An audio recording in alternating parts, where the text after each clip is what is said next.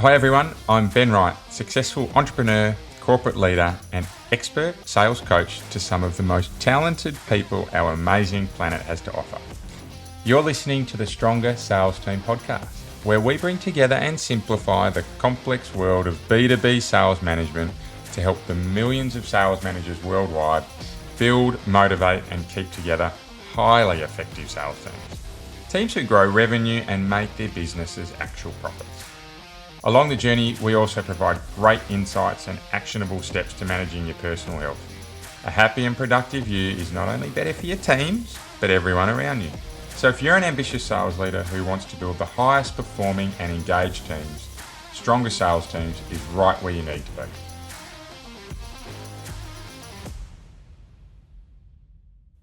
Welcome back to Stronger Sales Teams, the place where we provide real-world and practical advice to help you develop super-powered sales teams.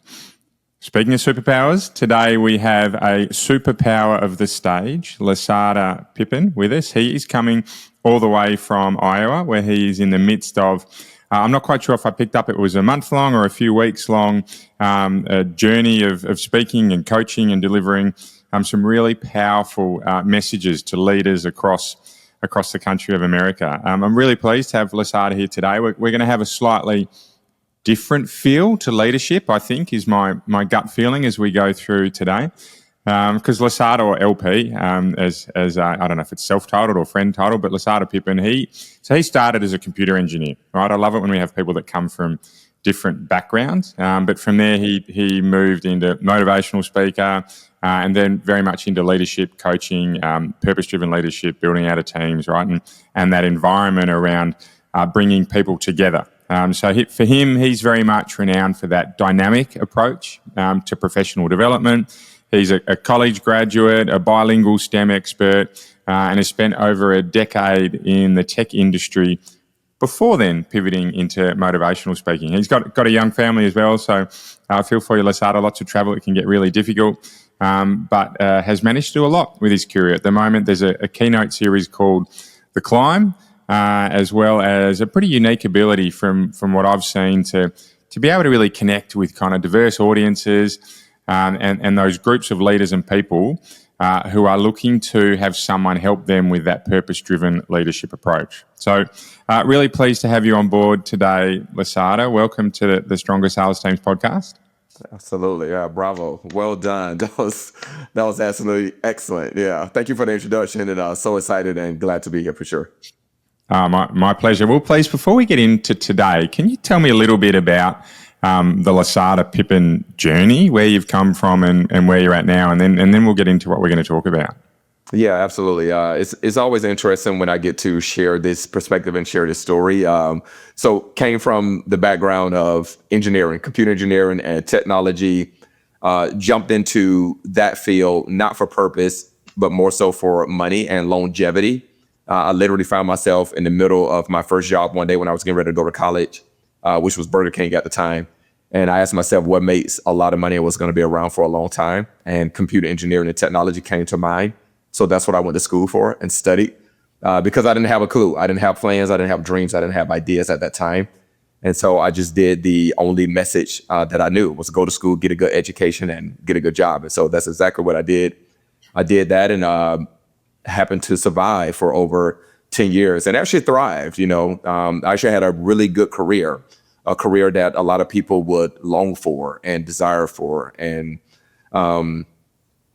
but I transitioned about 3 years ago, maybe a little bit more. About 3 years ago, I left corporate and started doing keynote speaking and coaching full time. And that brings me to where I am now. And so I didn't leave because of a bad job. I didn't leave because of bad management. I didn't leave because of bad leadership or anything like that. I left strictly because of a higher purpose and a higher calling. And I wanted to do what I believe I was gifted and purposed to do. And so that's what led to the transition. Yeah, awesome. Well, we talk about courage and resilience and being brave quite a bit in the teams I work with and certainly this podcast. And there's some courage needed there because if I'm backtracking right, you've got, at that point in time, let's say 4 years ago, you've got a couple of kids under 5. Yeah. You've got a great career. You're not just pivoting from being an engineer to running your own engineering consulting business or something that's related field. You're going engineer to motivational speaker, right? They are significantly different in terms of not just skill set, but also execution and how you engage, right? From being behind a desk to being up in front of people. And I can tell you firsthand, right, it's really hard work when you're being up on the stage in front of people. It can look easy, but gee, it's difficult. And it can really challenge even the best and most confident of speakers in this world. So well done for doing that. I know that took a lot of courage. And I think that makes a lot of sense around what today's topics are, which is very much purpose-driven leadership and how we build resilience into teams. Resilience is still really important for me when it comes to the growth of teams, because there is just so much going on in the world at the moment, be it disruption through things like AI, be it working from home, be it a global economy that's struggling, be it conflict, right? We see conflict rising and escalating. At the moment, we have some really serious potential for global conflict, right? So there's a lot of resilience being needed at the moment. But let's start with purpose-driven leadership. What is, it's a buzzword, right? A buzz few words. But what does it actually mean, purpose-driven leadership? What does it mean to you? Yeah, so purpose-driven leadership is basically you're not leading because you have a role, you're not leading because you have a title, and you're not leading because you know the job description. You're actually leading because you know why you are in this position. It's understanding that you have a unique set of gifts and you apply your purpose to it, and then you implement a strategy. I just always believe that the best leaders or the best professionals in general, whether you're executive level, C-suite, or your everyday professional, I believe that the best of those are the ones that know purpose, that they know why, and that they feel like they belong there, and it's more than just a job and just a role for them. So purpose is actually digging to the core of who you are as a person, more so of your skill set. Who you are, what do you bring to the table, and why, and understanding that why you're built that way. Why do you process the way that you process? You're leading from that space of purpose and not just trying to fulfill a job description or role. Yeah. So if we run the Ben Wright simplification lens over this, we're talking about doing something that you at the very least believe in. Yep. But hopefully like, if not love as well. I'm not from the school of thought that says you must love what you do, but I am from the school of thought that says you have to believe in it. And there has to be a level of liking in it, right? We don't all end up in a career that we absolutely love. But if we don't believe in it, then we are absolutely in the wrong career. So, yeah, I really like that.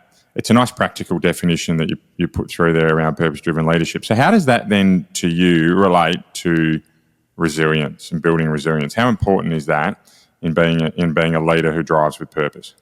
Yeah, absolutely. So let's kind of weave from where you left off almost, is that, if you don't love it, but you like it so much, it should feel like love almost. And kind of like you say, it's not that we're all in a role or a profession that we absolutely love. But I will say that if you are, blessed and gifted enough to be in a position to where you do love it, you will thrive more than your everyday person. If you like it so much, and if you can get right to the level of love, you will thrive in that environment. You will perform better. You will push through difficulties more than just the average person. It's hard to give up on something that you love, or it's hard to give up on something that you truly enjoy or like a whole lot. That is hard to give up on. And so that's why, for me, it is important to have that purpose as a foundation, or to have this strong, genuine like for what you're doing and where you're leading, so that when times become difficult, when times become challenging, that you don't easily give up on that. That's how resilience is built, is being able to go back and face the music, face the chaos over and over again, even when you don't feel like it sometimes, even when you don't want to sometimes. It's the ability to go back and get back on the straddle and try it all over again. But I believe that resilience stems from purpose and from liking and loving what you're doing. Yeah, you mentioned something really interesting there around how even if you don't love it, but you do really like it, try and find a way to fall in love with it. Like, I'm paraphrasing. I don't think you exactly said that. But have you seen how anyone, or have you got any suggestions around how people who are doing a role or in a career that they like, but perhaps haven't hit that love stage of that career journey yet, how they can put some practical steps in to help them really increase their enjoyment out of their leadership role and what they're doing? Yeah, absolutely. We have this concept that we call the GPS in Apex coaching and speaking. Use your GPS, and if we all know what a GPS is, the geographical positioning system. If you put in an address, depending on where you are, is going to take you to the exact destination if you input the right address. So the GPS in terms of Apex speaking and Apex coaching is that you find your gifts first, you have a purpose, and then you apply strategy to it. So that's your GPS. And for the person that likes it, or maybe straddling with, I like it, I don't love it, but I think I like it enough to stick it through, is do your gifts assessment. Look internal and see what are my actual gifts? Where do I thrive the most? What is my best attribute? And whatever that best attribute is, then we need to talk about positioning, because sometimes you can be in the right company, you can be with the right team members, you can have the right leadership, or you can be the right leader itself, but sometimes you can be out of position. And if you're out of position, it's going to be hard to navigate certain waters if you're not in the correct position, even though you may be in the correct building. And so I always say that go to your GPS. And if you use your GPS, if you find your gifts, whatever your gifts is, your natural gifts, and you have a purpose and then you apply strategy to it, you'll end up in the right position and leading with purpose almost every single time. But it's all about finding that gift first. And what is your number one attribute that you bring, because that's where you're going to find your most value as well. Yeah, and for the most part, that really makes sense, right? Know what you're good at, and then work out how you can apply it to that role you're doing. Because generally, and this is what I say generally, is, I mean, there's a few things that I'm really good at that I don't necessarily love. But at the same time, the majority of the things that I'm good at, right, I tend to really, really, really enjoy doing. So I think what I'm hearing here is find out what you're good at, identify what you're good at, label it, and that's labeling it as a GPS in your instance. And then when you're in times that are tough, or you're needing to front up again and again and again and again when things are not going your way, keep tuning back into that GPS to what you're good at, and bring it out in the open as often as you can, because there's two parts here. I think it sounds like they'll help you be more resilient, but it'll also help you perhaps fall into even more love with what you're doing. Yeah, absolutely. I've found it very hard to not be good at something that you love and that you're really good at. If even if you look at childhood, most kids enjoy sports or activities that they're good at, and most kids will shy away from sports or activities that they're not good at. Yeah. And so there's a strong correlation there between liking something, loving it, and being good at it. It's hard. It's going to be hard to do a bad job at something that you really enjoy, that you really like, and where you have the skill set to match. That'll be hard to do a bad job, and most likely you will thrive in that environment. Yeah, good. Okay, great. Makes sense. So then let's extend that out to how would you build that resilience into your teams? Yeah, absolutely. So the number one factor for teams is usually a lack of communication, or the barrier of communication. And we have this thing called C4. How do you C4 your communications to build resilience within teams? And it simply just stands for is that you have to have a clear communication. That's the first C. It has to be clear.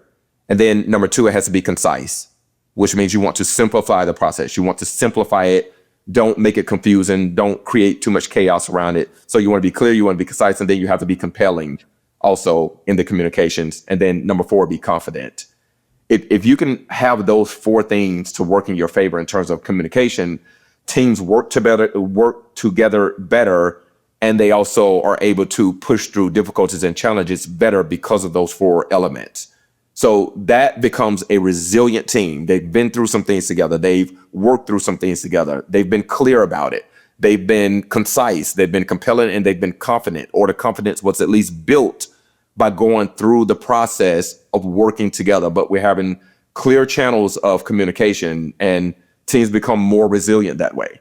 When they can face a problem, find a solution to that problem, and come out on the other side of it, resilience is built. But it usually starts by having a great layer of communication built first. If the communication is broken, it's going to be hard to navigate challenges, or it's going to be hard to build resilience as a team if the communication is broken.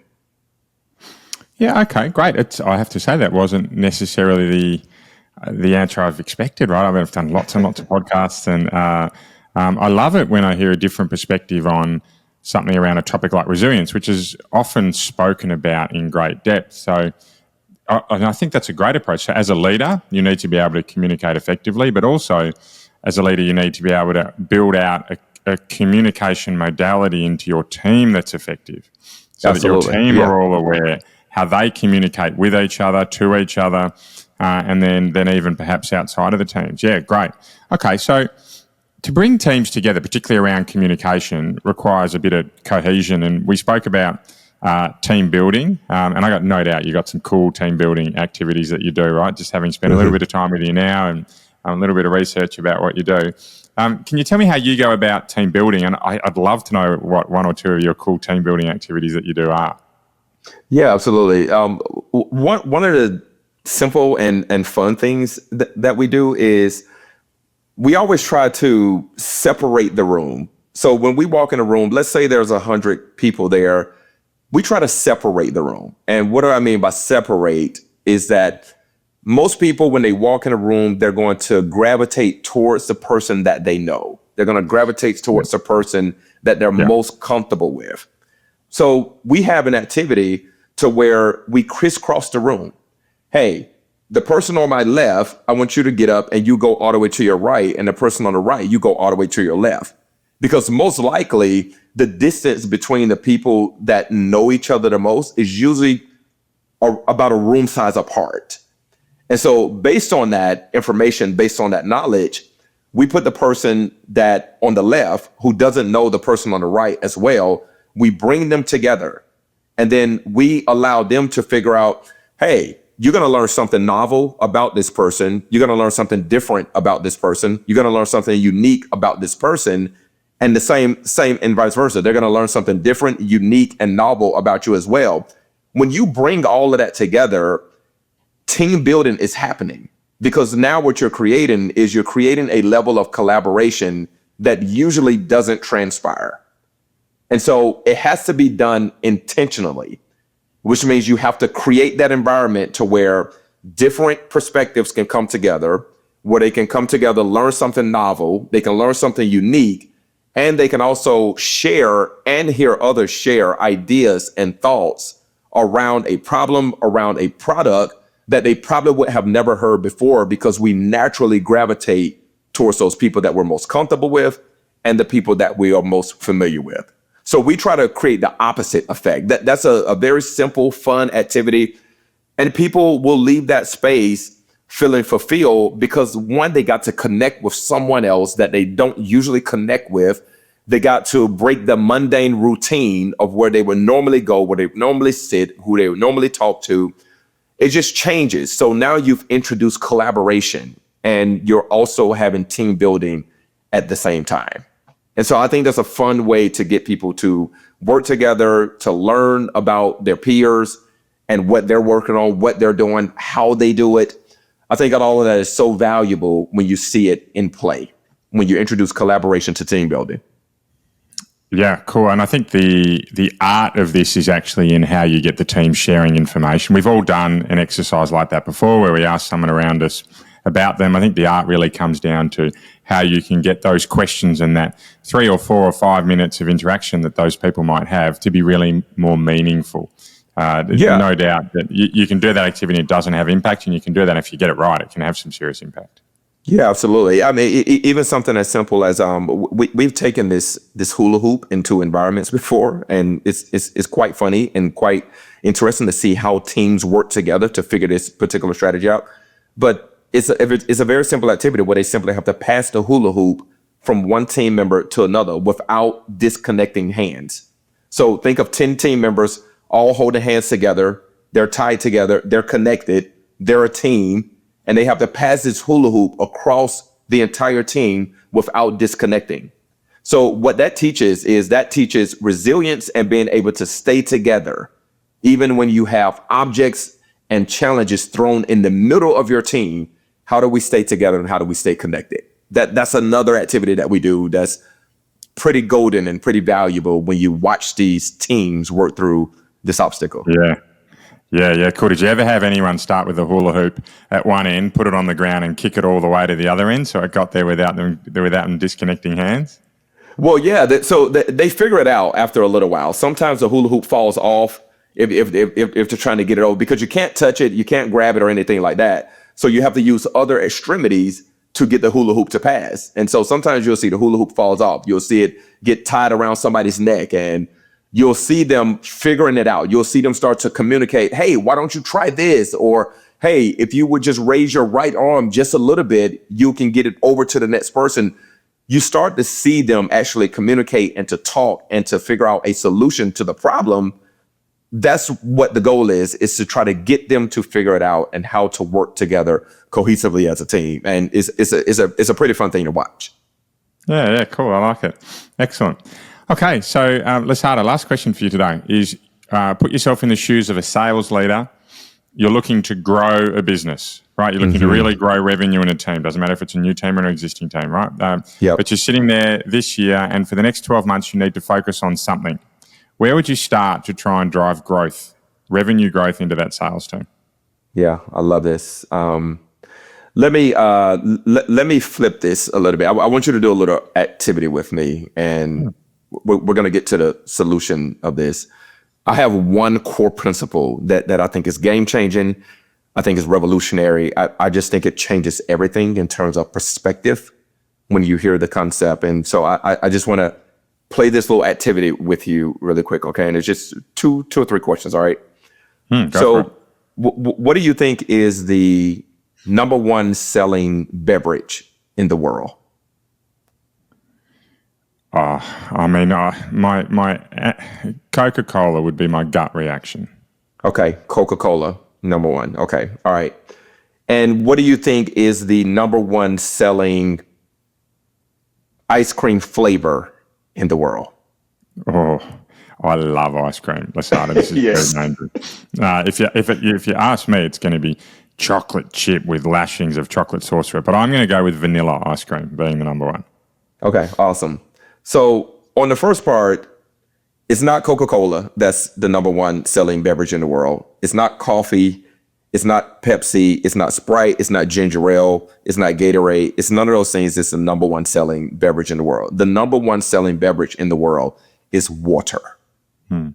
Water is the number one selling beverage in the world. And I'm going somewhere with this, but watch this. Number one, if you go to a grocery store, you can pay $1 for a bottle of water. If you go to a gym, you're going to pay $2. If you go to an airport, you're going to pay $5. If you actually get on the plane, you're probably going to pay $7 for a bottle of water. It's still the same water. Nothing changed about the water. Number one selling beverage in the world, water.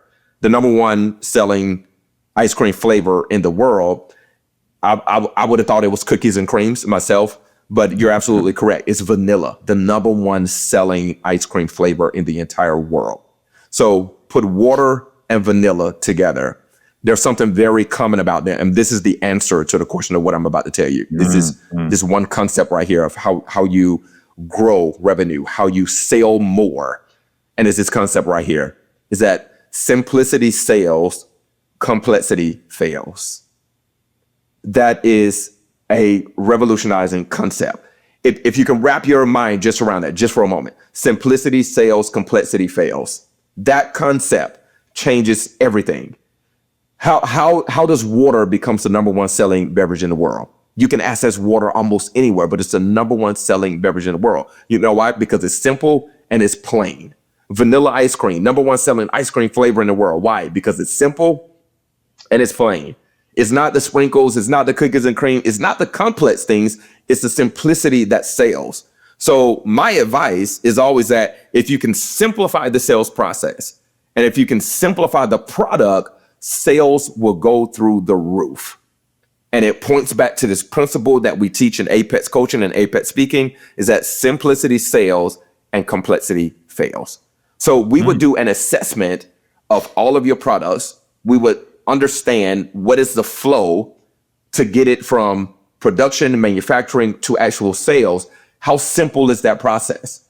And then once the product is ready, how simple is the selling language of this product? If it's simple, it'll sell. If it's complex, it'll fail. Simplicity sells, complexity fails. Love it. That is one of the best answers I've had to that question in 125 odd podcasts. And I was tossing up between Coca-Cola and water, and I'm kicking myself, right, that I went, because I don't like Coca-Cola. I am not, for those who know me, I'm a pretty healthy guy, right? Water is my go-to. True. All right. Yep. Awesome. Love it. So today we've gone through purpose-driven leadership about knowing your GPS, right? Tapping into that GPS whenever you're going through tough times or whenever you're trying to find more love and joy in what you do, helps build resilience and helps you really add value.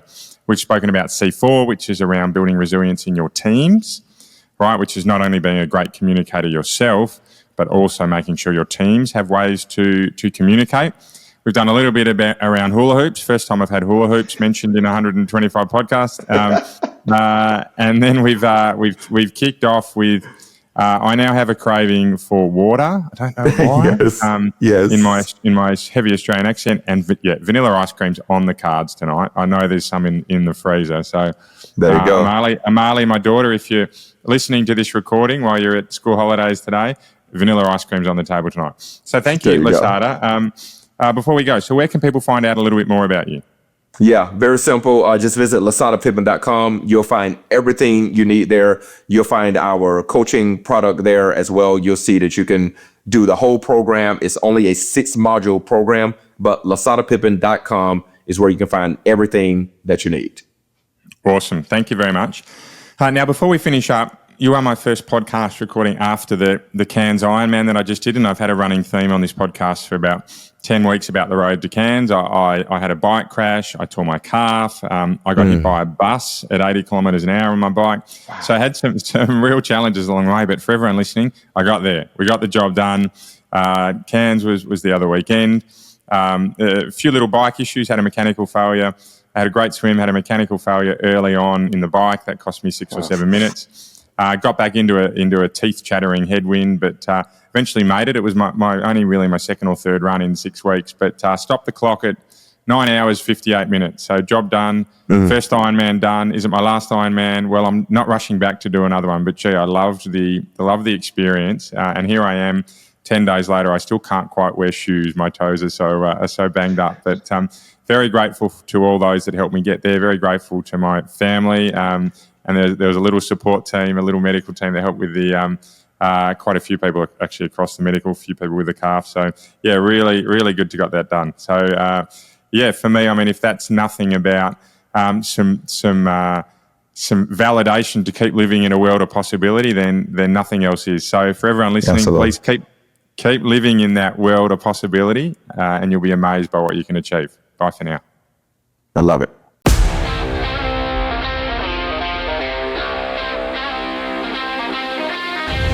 Want to be kept up to date with any of our free materials to help you build the best sales teams possible? Well, the easiest way you can do so is to follow us on your favourite social media channel. We're at Stronger Sales Teams on most of them, and if you DM us Stronger, we'll send you right back some great resources to help you build your superpowered sales team.